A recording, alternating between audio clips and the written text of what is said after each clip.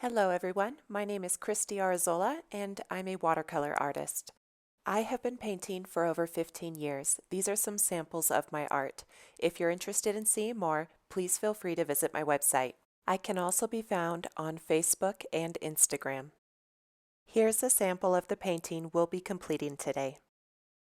I invite you to paint along with me. Download the reference photo using the link in the video description. For your convenience, I've identified all parts of this video with the timestamps. For quick navigation, you can go to the video description and select the hyperlinks.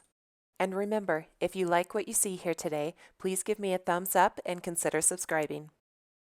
Please gather the following materials for today's lesson. In today's watercolor lesson, I'll be using a Blick folding palette, kitchen sponge, an ultrafine mist water sprayer, Winsor Cotman watercolor paints, a kneaded eraser, colorless masking fluid, brush cleaner, a rubber cement pickup, a variety of brushes, one of which is a number 6 round from Mimik, a mop brush from Winsor & Cotman, as well as a flat brush. I also have a number 12 silver round, and I have a number 2 round for details. Also a hard lead pencil, 4H, and a 5x7 Fabriano watercolor block. These are the colors that we'll be using in today's painting. If you don't have these paints, that's okay. Just use what you have and get as close as possible. Before we begin, I want you to sketch out your flower on your watercolor paper. I prefer you use a hard lead pencil, a 2H or a 4H will do. That'll ensure that the pencil lines will not shift under all the moisture of the paints. Once you have it sketched out, you can use what is called a kneaded eraser, and you can press firmly over top of any lines that you feel are too dark that might show through the transparent watercolor paints before we begin. Now, if you're not comfortable with drawing, another alternative is to take a soft lead pencil, like a 6B, and rub it on the back of your reference photo. Tape it securely in place over top of your watercolor paper, and then use a standard ballpoint pen to trace your image, and that should allow it to transfer onto your watercolor paper. Let's get started with our painting. Now that I have my flower drawn out and I have softened my lines using that kneaded eraser so they're barely visible unless you get close, that's my personal preference, I am going to apply masking fluid around the outside edge of my flower so I can paint my background a little bit more carefree without fear of hitting my flower. I prefer to use an inexpensive brush. I wet the bristles of my brush with water first, and I put brush cleaner on the outside of the bristles. If you don't have brush cleaner, you can just use a standard bar of soap that's at home, and this will actually provide a thin layer over top of the bristles, creating a barrier of protection between the bristles of your brush and your masking fluid, because masking fluid will dry really quickly and I don't want it to ruin my brush. Now I'm going to apply a nice, thick, consistent layer of masking fluid around the inside edge of my flower, and this is going to create a rubber-like barrier between the paper and my paints. And it dries rather quickly, so I have to rinse my brush frequently and recoat it with my brush cleaner or bar of soap before redipping. So I can only really get a distance of about 1.5 to 2 inches before that masking fluid is going to want to start drying and permanently bonding to the bristles of my brush. You just have to make sure that you don't dilute your masking fluid or it will not mask efficiently. I'll continue to mask the rest of my flower. You can kind of see where I'm applying the masking fluid on the inside edge of my flower, and I'm going to do this all the way around, including the stem. So in the end, after applying your masking fluid, this is what you should have. It should go all the way along the outside edge of your flower, and it should have a nice, consistent, thick shine to it. If the shine is thinned out, like right here, it's a little bit more matte in appearance, then that means your masking fluid may have been watered down too much, and you need to do a second layer so that you get that nice, consistent shine. That's going to ensure that you've got a good barrier. Now, if you don't like the way you've applied your masking fluid, just let it dry, remove it, and reapply. Now we can begin our painting. Now for my background, I'm going to do a technique with wet into wet. So I'm going to take clean water and a mop brush, and I'm going to wet the entire background. Now I hope before you start your painting, you had dumped out any of the water that you rinsed your masking fluid with, because if not, that masking fluid is going to add a very dull appearance to your end painting.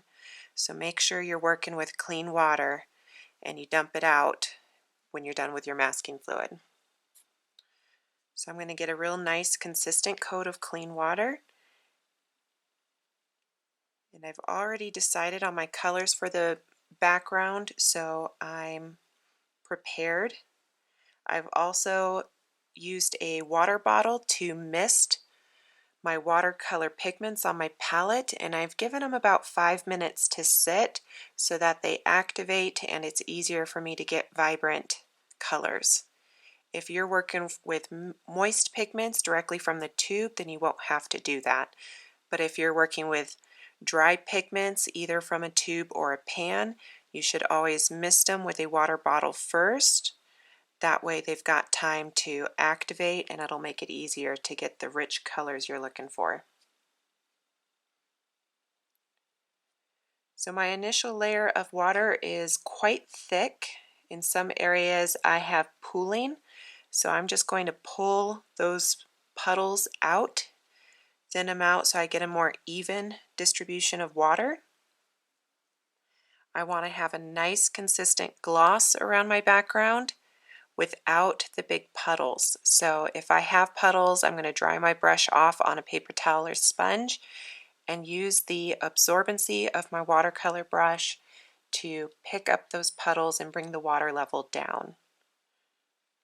If you have any areas in your background that do not have a shine, that means they're already beginning to dry quickly and you need to do another layer of water.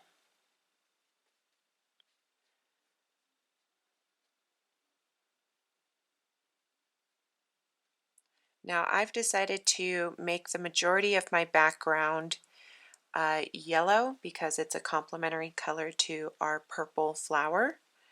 But I'm not going to be going with a lemon yellow or a cadmium yellow.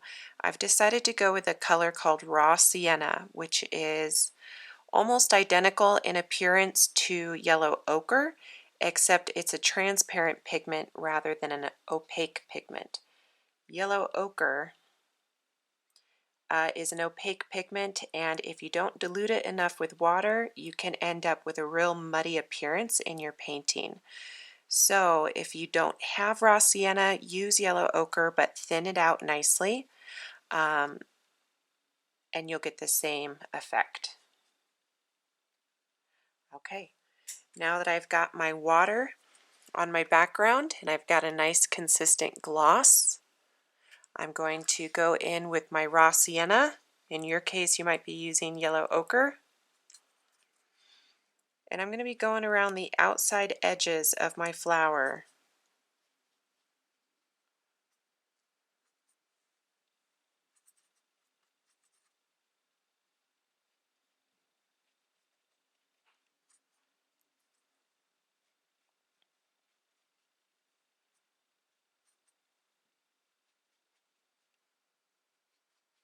Notice how I'm allowing some spacing. I'm allowing some whites to peek through. I'm not doing a real consistent coverage. I think that'll just make the background a little bit more interesting to the eye.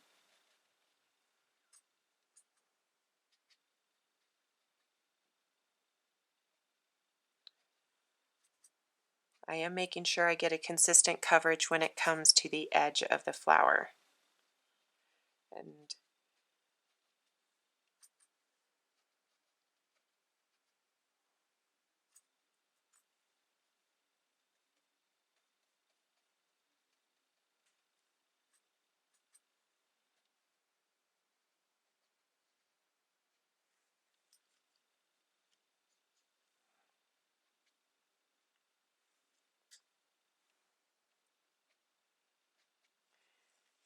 If you have an area where you feel like you have no negative space, just use your paper towel to blot and pick up that pigment so you can reveal some lighter values.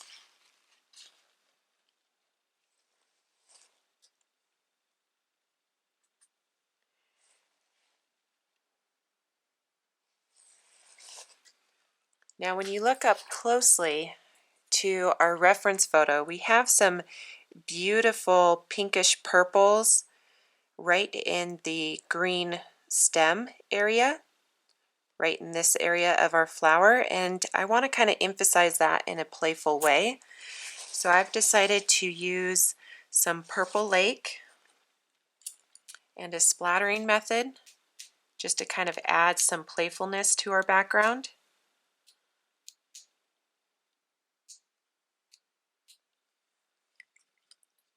I see there's a section in here I missed with my yellow, so I'm going to get that. I can also do the same with my raw sienna. I can get a nice darker value and use that to create some playful splatters and textures.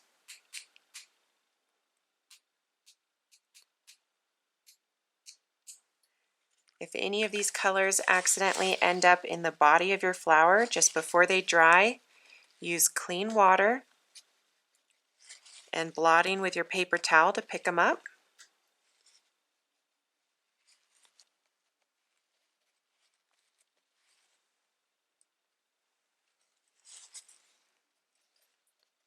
Another color I want to add to my background is this beautiful pink I have. If you don't have this color, that's okay. Just use what you have and make your own version.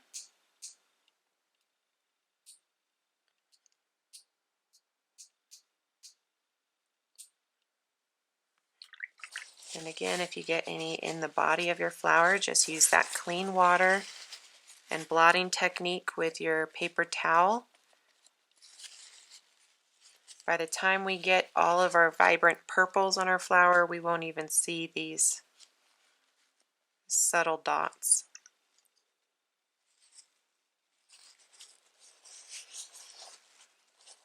Now before I let it dry, I'm going to use the absorbency of my paintbrush to pick up any big puddles.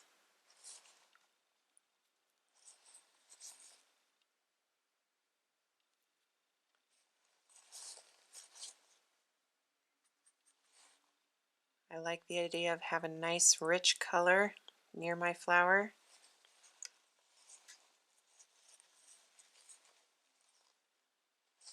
And I don't want any pooling up against the edge of my block, so I'm going to soak up any puddles that I might have there. But now I'm going to let my background dry completely so we can remove the masking fluid.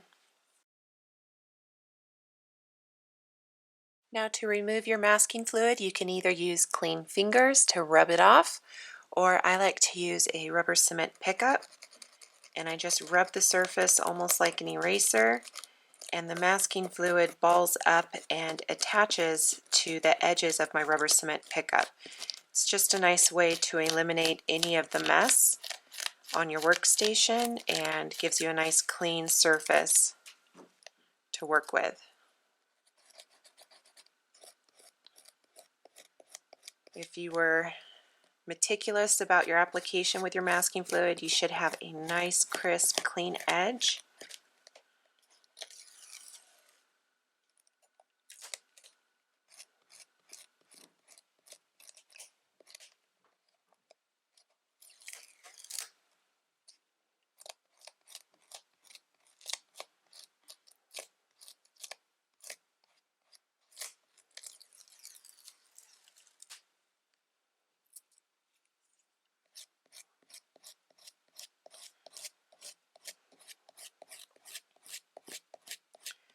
So by laying in masking fluid, it just allows you to paint your background a little more quickly with minimal fear or concern of getting your colors into your subject. I am not a fast painter, and for the sake of your guys' sanity, I like to lay down masking fluid so I can kind of get to the point more quickly.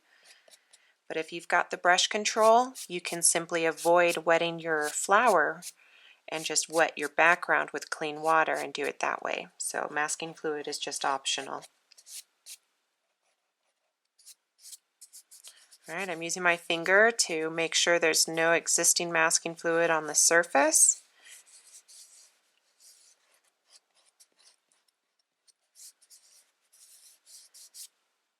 And we're all set to go. So to begin, I'm going to work with one petal at a time. And I am going to wet the surface of the petal with clean water. I have to be very careful not to get the water into the leaves, as well as not touching my background. You can rotate your painting to make it easier to get up to the edges. Just go nice and slow.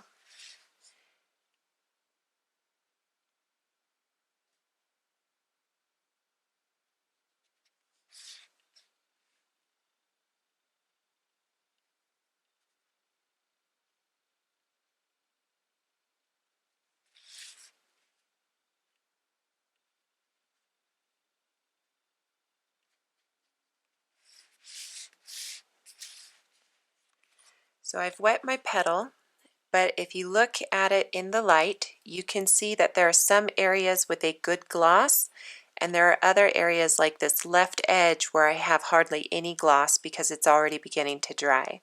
So I need to apply an additional layer of water to ensure that I have good working time.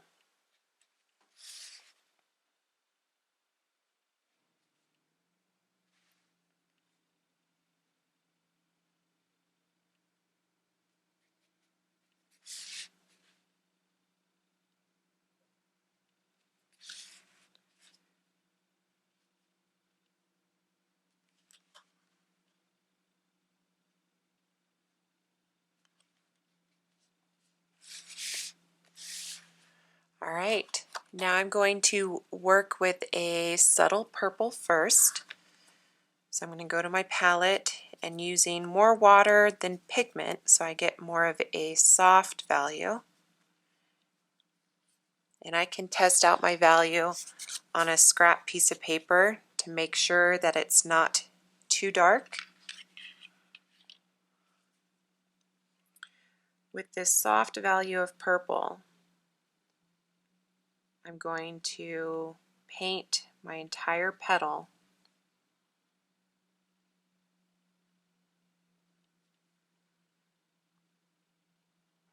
Being careful to stay inside my shape.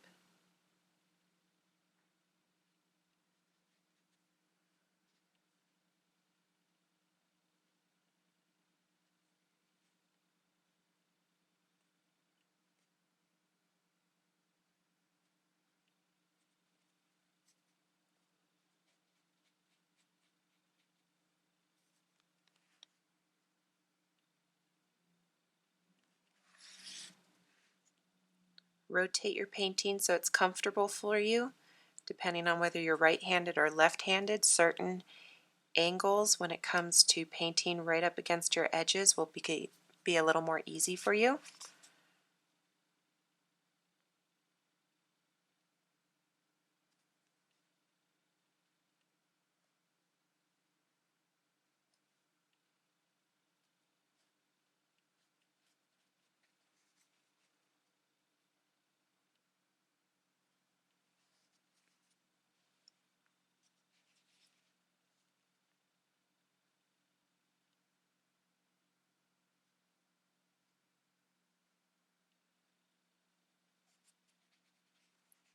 I'm holding my watercolor block just so I can get into certain areas with more ease.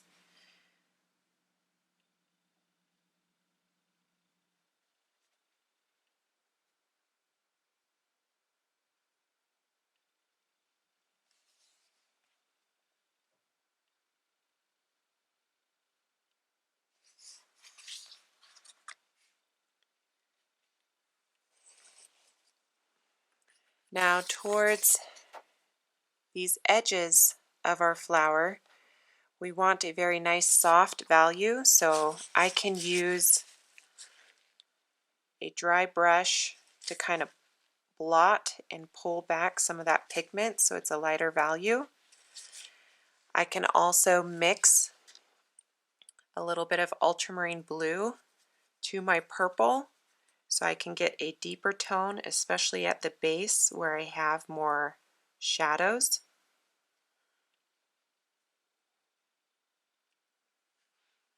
I can start in the middle of my flower and pull towards center to create the illusion of some veining and texture. This will also kind of break up your shape a little bit to give a little bit more interest. And make sure before it dries that you trace that outside edge of your flower so you get a nice clean, crisp product.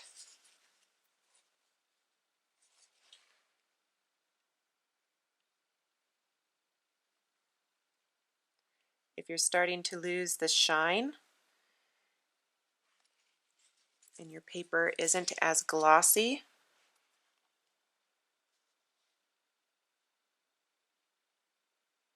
then you're already losing your working time.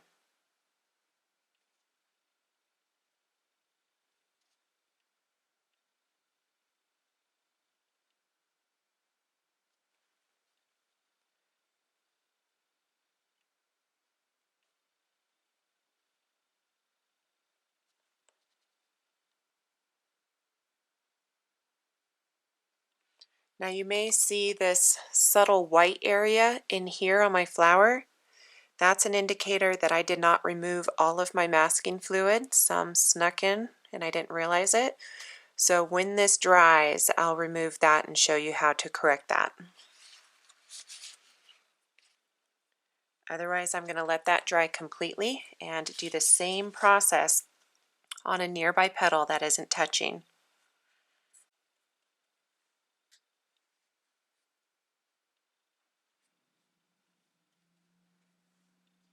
So clean water.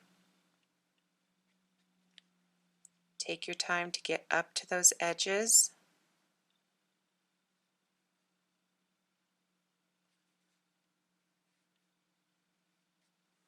Rotate your watercolor paper or block if it means it'll make it easier on you.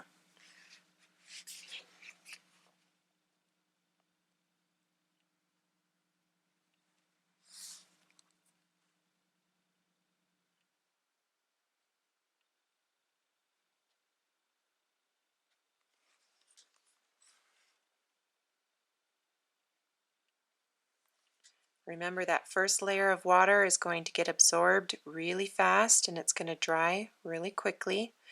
So you're going to have to go around and do it a second time. Make sure to avoid your leaves and just keep it inside the edges of your petal.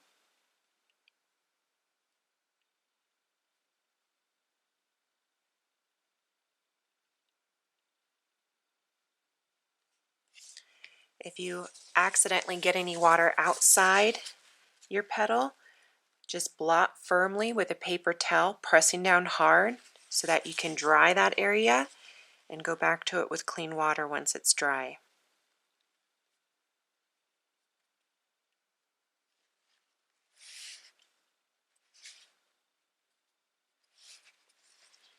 Once you have water inside the boundaries of your petal, you can get that nice soft value of your purple.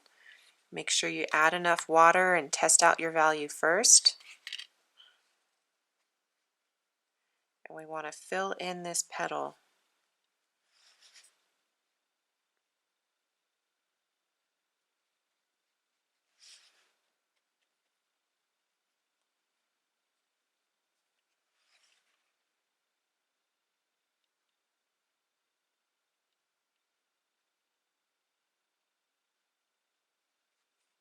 If you have any big puddles, dry your brush on a sponge or paper towel and use that absorbency of your watercolor brush to pick up any standing puddles. so it's a little easier to control.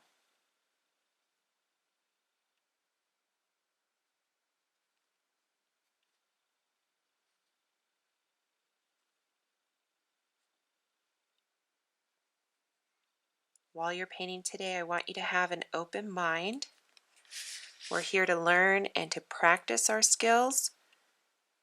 And as long as we walk away with new knowledge, then I want you to consider that a successful day in the studio.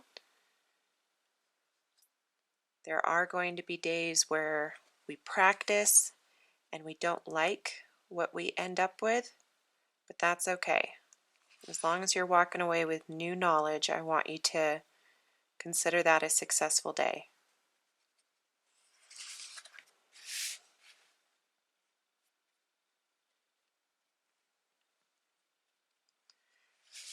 So I'm going around my outside edge to make sure I have a nice clean line. Trying to trace that outside edge with just one stroke of my brush.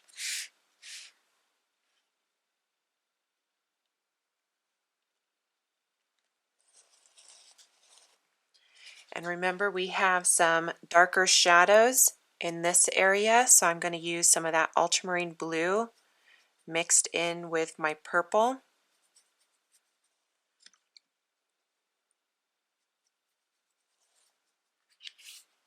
Test out my values.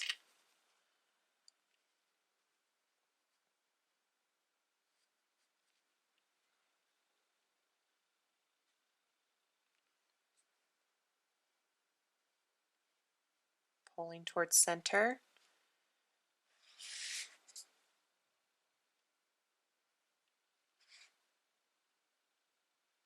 We have some darker values at the top of this petal.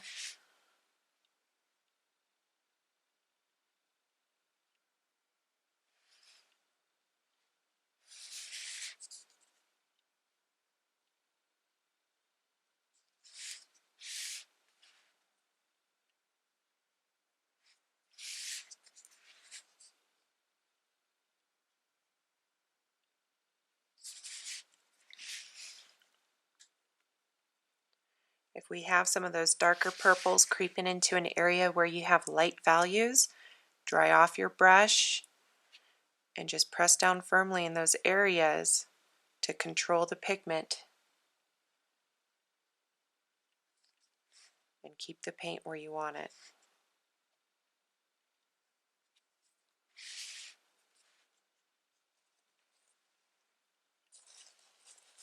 If you have any areas where your color has accidentally gone outside your petal, don't worry, allow that to dry. I'll show you how to fix that later.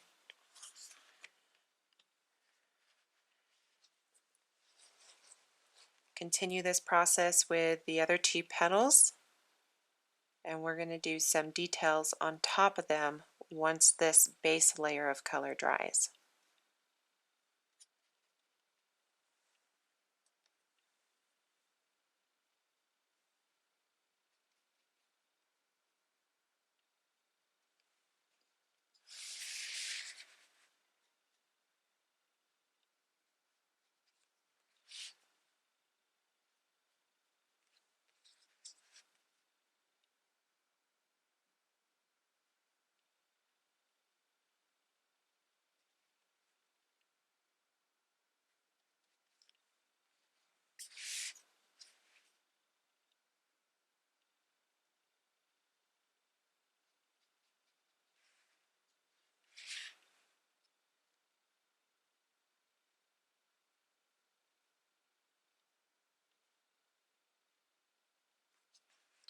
Careful not to get into those leaves.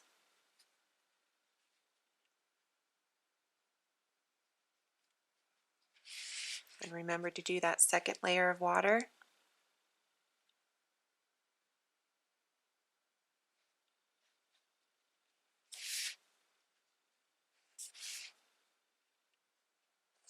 If you accidentally get water outside your petal, remember to press firmly with a clean paper towel. It's called blotting.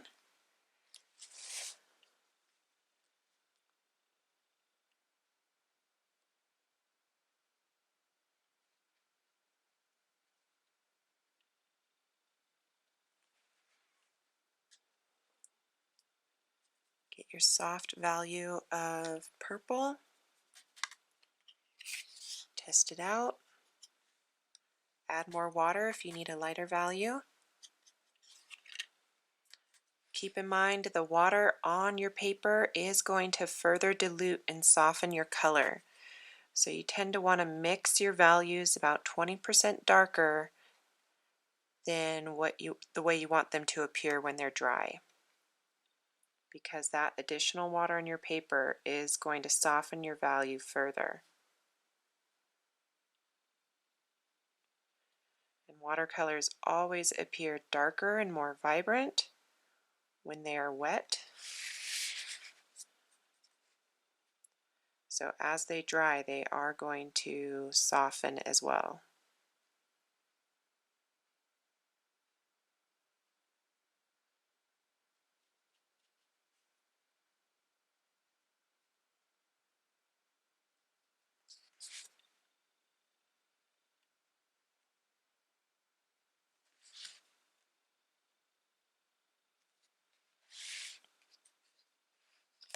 I'm taking my time up against my edges, using very soft, light pressure with just the tip of my brush to get into small areas.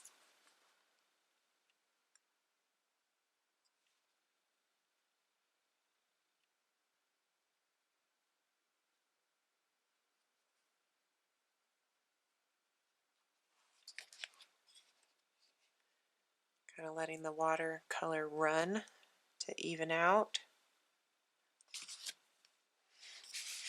Tracing the outside edges of my petals so I have a nice clean edge that is not bumpy and jagged.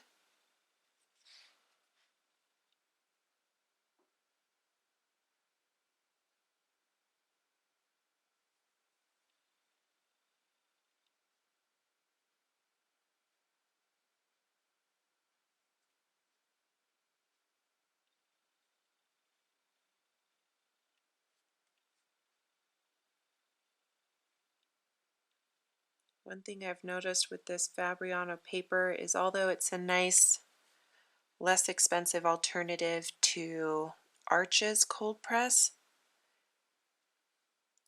it almost feels like the sizing compound on the surface of the paper doesn't allow for as crisp of edges as the Arches paper does. So if you have the budget for Arches and you want those crisper edges, I recommend going and investing in it. Alright, I've got my soft values of purple. Now I need to go in with my darker values. So that deeper purple with that ultramarine added.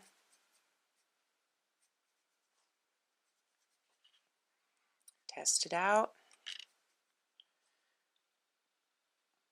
Pull towards center.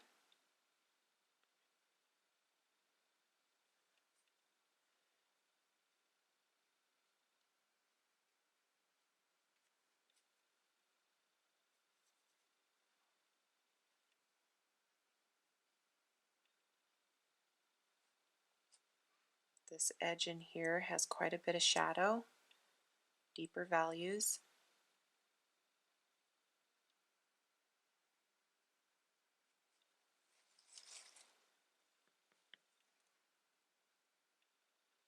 Using my brush to kind of push the paint where I want it.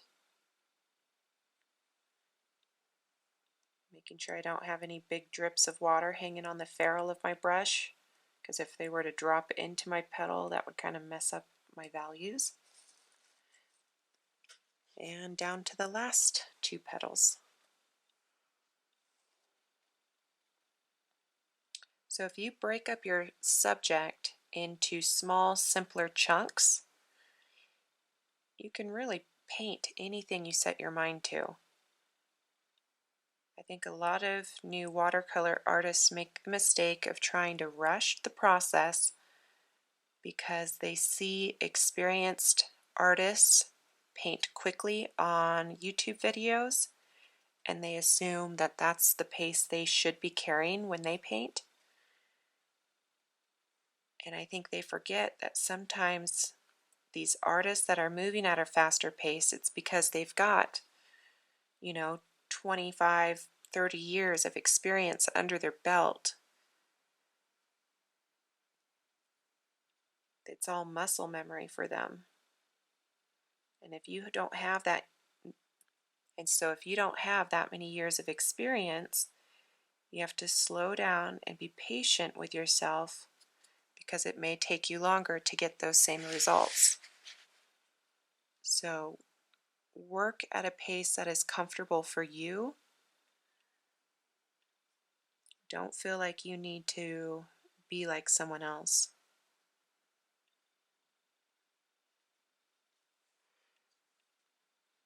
First layer of water is always going to dry more quickly, so make sure you're looking at that shine.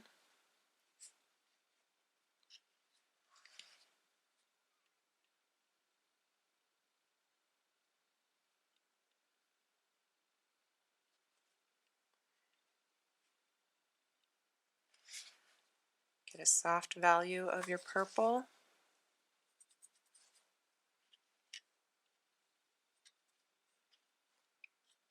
Test out your values.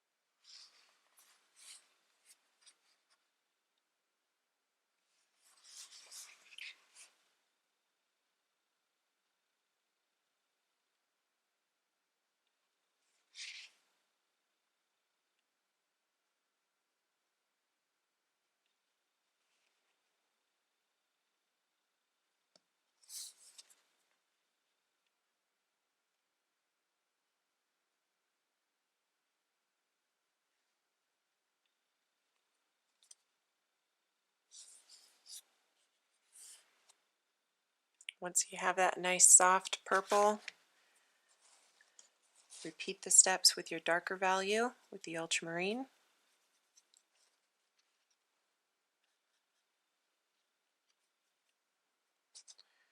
Quite a bit of shadows on this petal.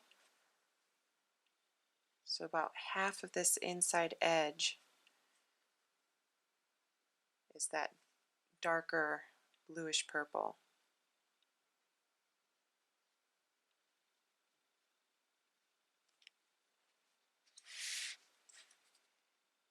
If you have big puddles, use that brush to dry your brush, or use that sponge to dry your brush so you can bring the water level down, making it a little easier to get the values and paint where you want them.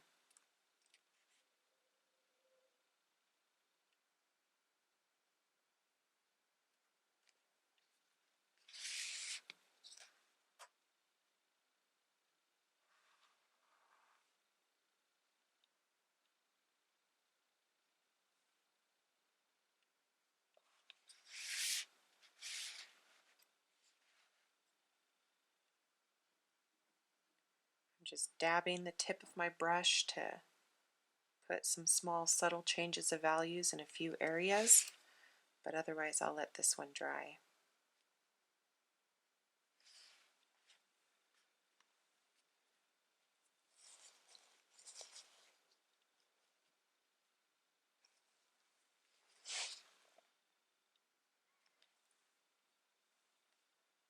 Almost done with our petals.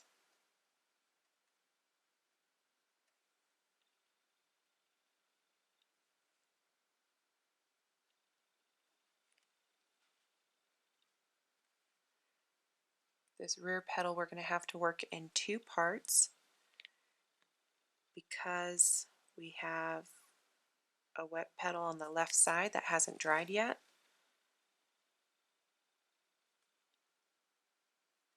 And we have the stem that separates the two parts of this rear petal.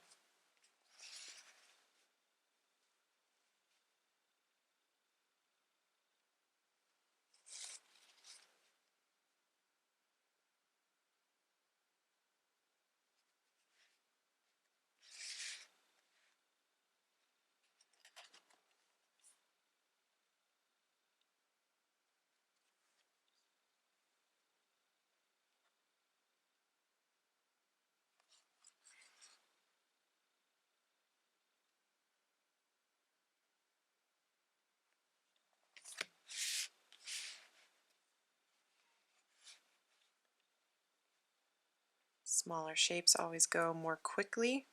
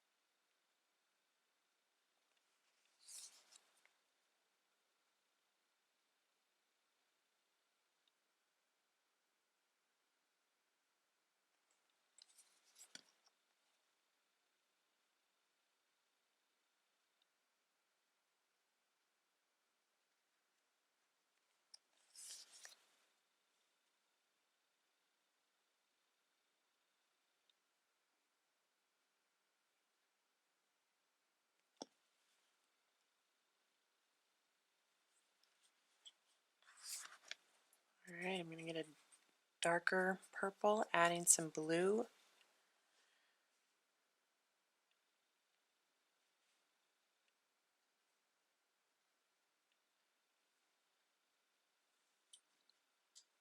And before it dries, tracing that outside edge. Making sure no drips of water from my ferrule drip into my petal.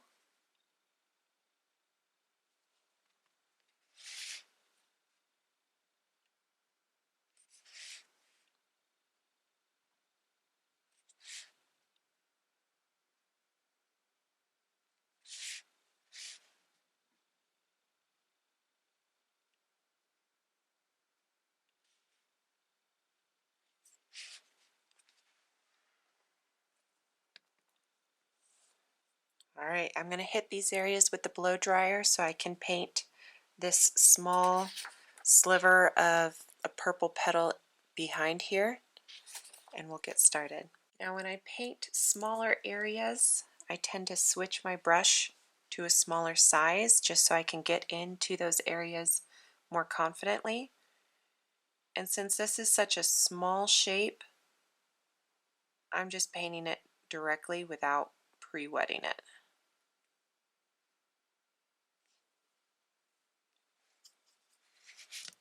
So we have to imagine that our leaf has a nice smooth edge here, so I'm kind of imagining this line coming through with my purple.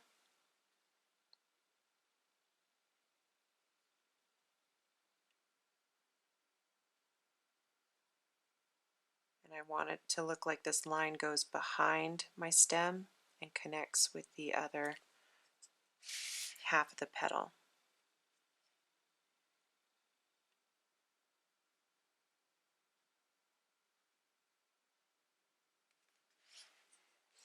Okay, so now that I have painted that small section,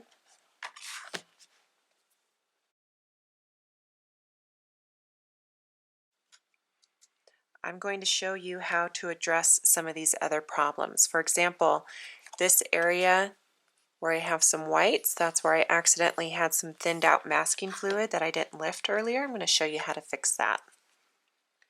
So I'm using my rubber cement pickup after the petal has dried completely. So right now I could allow this to frustrate me, or I could take it as an opportunity to learn a new technique and to practice fixing mistakes. So what I'm going to do is I'm going to take a round brush with water, and I am going to softly scrub the edges of these white.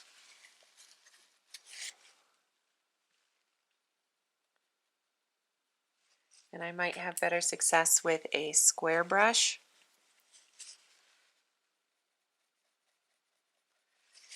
So my goal is to just soften the transition between the purple and that bright white, so that when I go in with a glaze on top to kind of correct the values, it will be more subtle. Now if you're working on cheap paper, scrubbing the surface like this will possibly degrade the paper and make it flake and fall apart. So you have to keep in mind, the more quality paper you work on, the more abuse it will withstand. Cheap paper would not take this very well.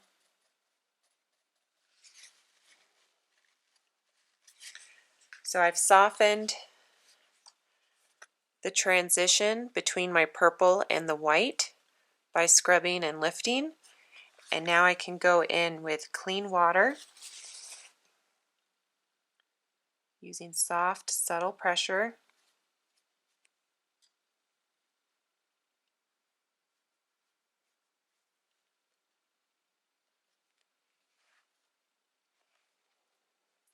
And I can take a soft value of my purple and I can put it over top of these areas that I've lifted. Now remember,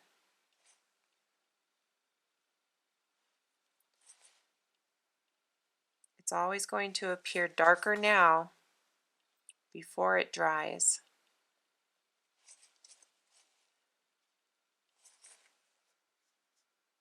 But I'm still going to make sure my edges are clean.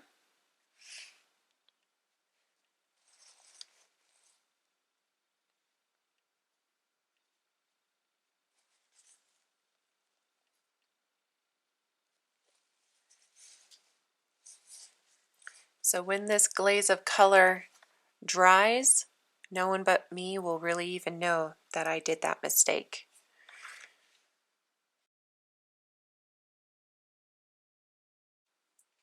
The other thing I wanted to show you is how to clean up edges when we accidentally go outside the boundaries of our petal. For example, right in here.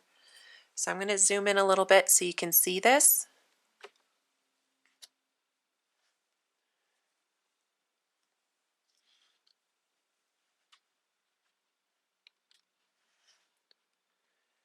So on this petal I went outside my petal shape a couple times in areas where now it looks like it's kind of got a bumpy edge.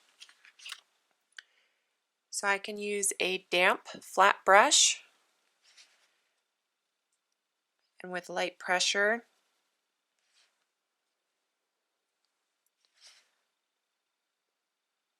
I can try and lift that purple that went outside my shape, and I can just dab with my paper towel, and once that dries I can put a soft glaze of my yellow over top and no one would ever know. So if you're really into details, these are some nice techniques to kind of create those clean edges that you want.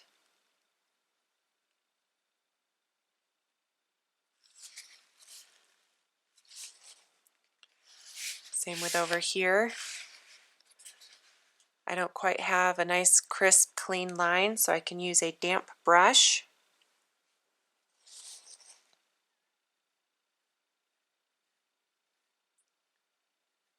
And I can just slowly drag my brush right along that edge, lifting those little peaks of purples that I didn't intend to do.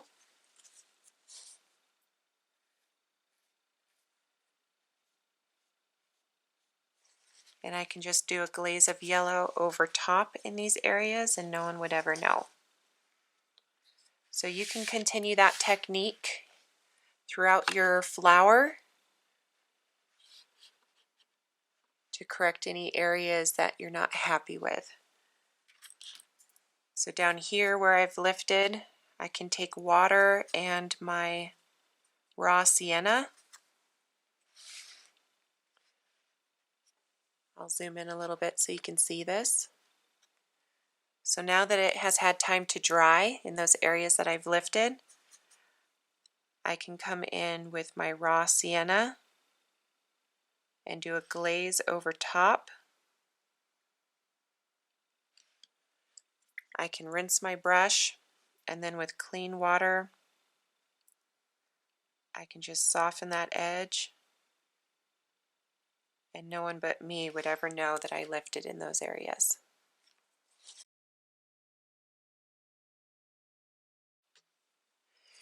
Now when it comes to the veining detail on our flower, we always want to work from light values to dark. So I'm going to work with these soft, subtle purples first, and I'm going to slowly build my values.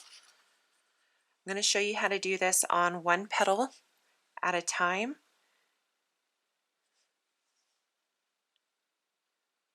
Now the veining doesn't have to be perfect. As long as you get the general pattern, don't feel like you need to copy each and every vein to a T. Just take some time to study the patterns of the veining and then kind of let go of our photorealistic expectation that we often give ourselves.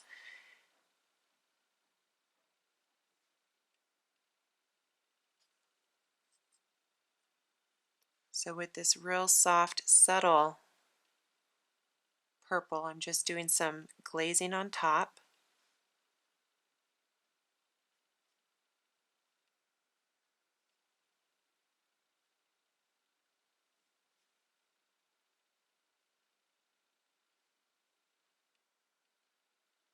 And I'm trying to have my lines go from thin to thick.